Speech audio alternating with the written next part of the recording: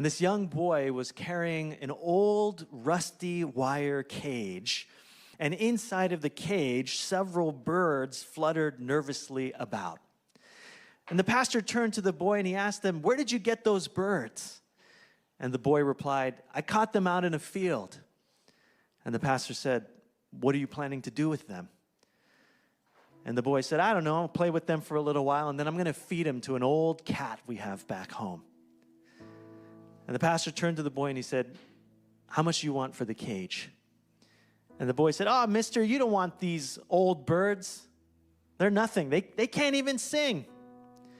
And the pastor said, "How about this? I'll give you $2 for the whole cage." The boy shrugged his shoulder and he said, "Okay, but you're getting a bad bargain."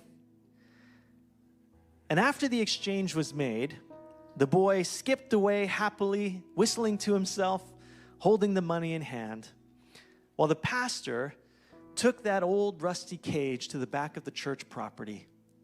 He opened that tiny wire door and he released those frightened birds off into the blue. That following Sunday, he brought the cage up to the pulpit and he began to share with the people about a Savior who came to seek and to save the lost.